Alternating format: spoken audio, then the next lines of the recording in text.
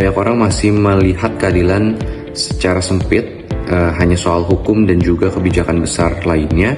Tetapi keadilan justru dimulai dari hal-hal kecil sederhana, contohnya dari kita berbicara, berbagi tugas, dan memperlakukan orang-orang di sekitar kita. Penelitian ini melihat bagaimana ajaran Katolik dan juga Kristen membimbing umat untuk hidup adil dalam tindakan sederhana.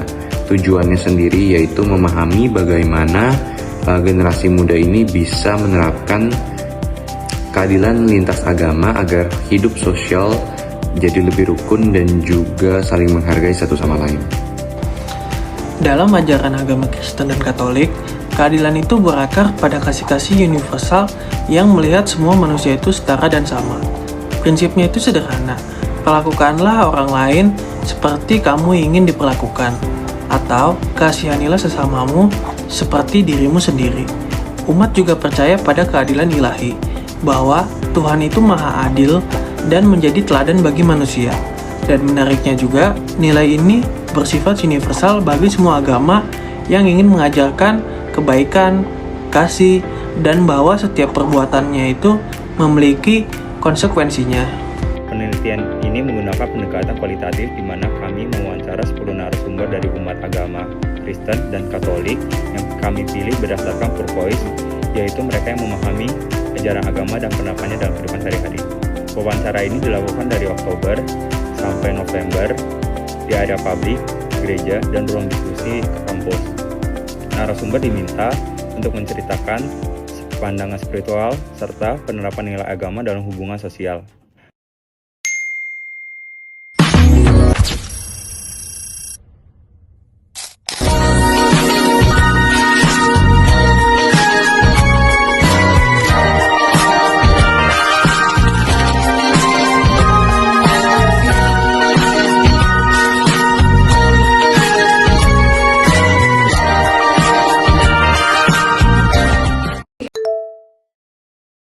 Kita tuh dibilangin ya langsung kayak Tuhan tuh maha adil.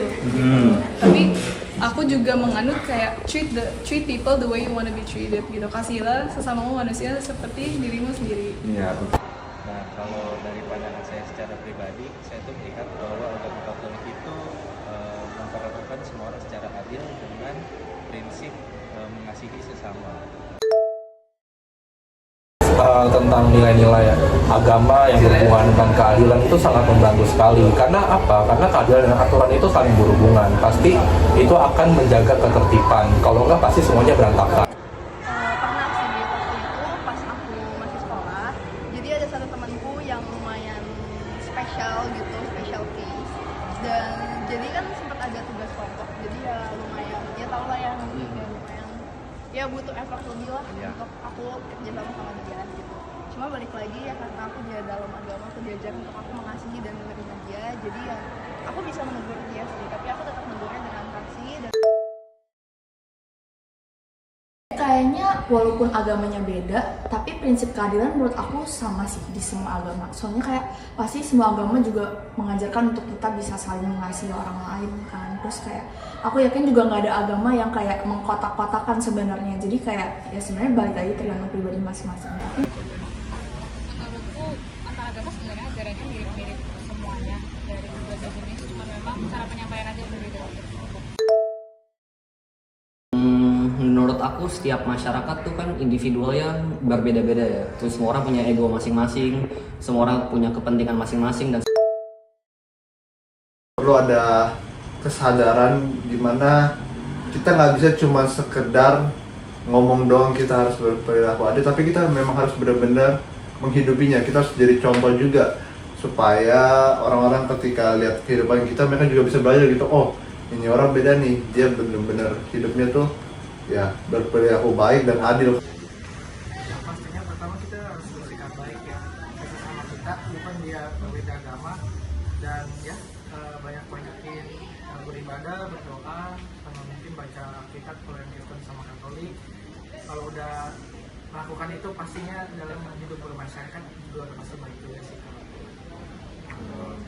Menurut aku jika ada hal-hal yang tidak baik. Misalkan di media sosial kan banyak banget tuh yang kayak menyinggung si agama lain.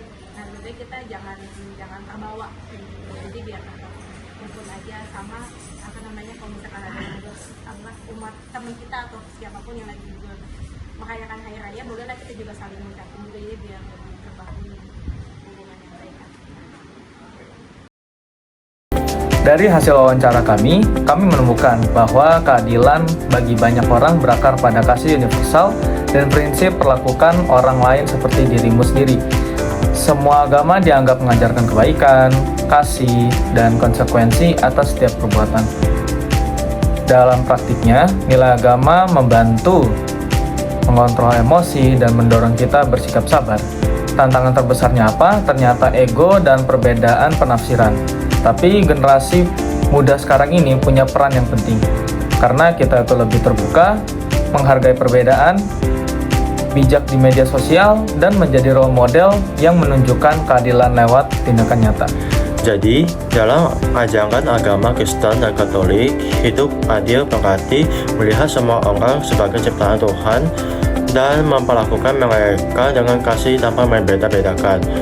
Dari wawancara yang telah kami lakukan, kami mengetahui bahwa orang Kristen dan Katolik percaya bahwa keadilan harus dijalankan setiap hari, bahkan di tengah perbedaan, dengan tetap menghargai dan menerima sesama. Tantangannya adalah datang dari ego kita sendiri, jadi kuncinya adalah solusi. Sebagai anak muda, kita harus bisa mulai dari hal kecil seperti jujur, tidak diskriminatif, dan mau membantu. Itu sudah menghadirkan keadilan dalam kehidupan sehari-hari.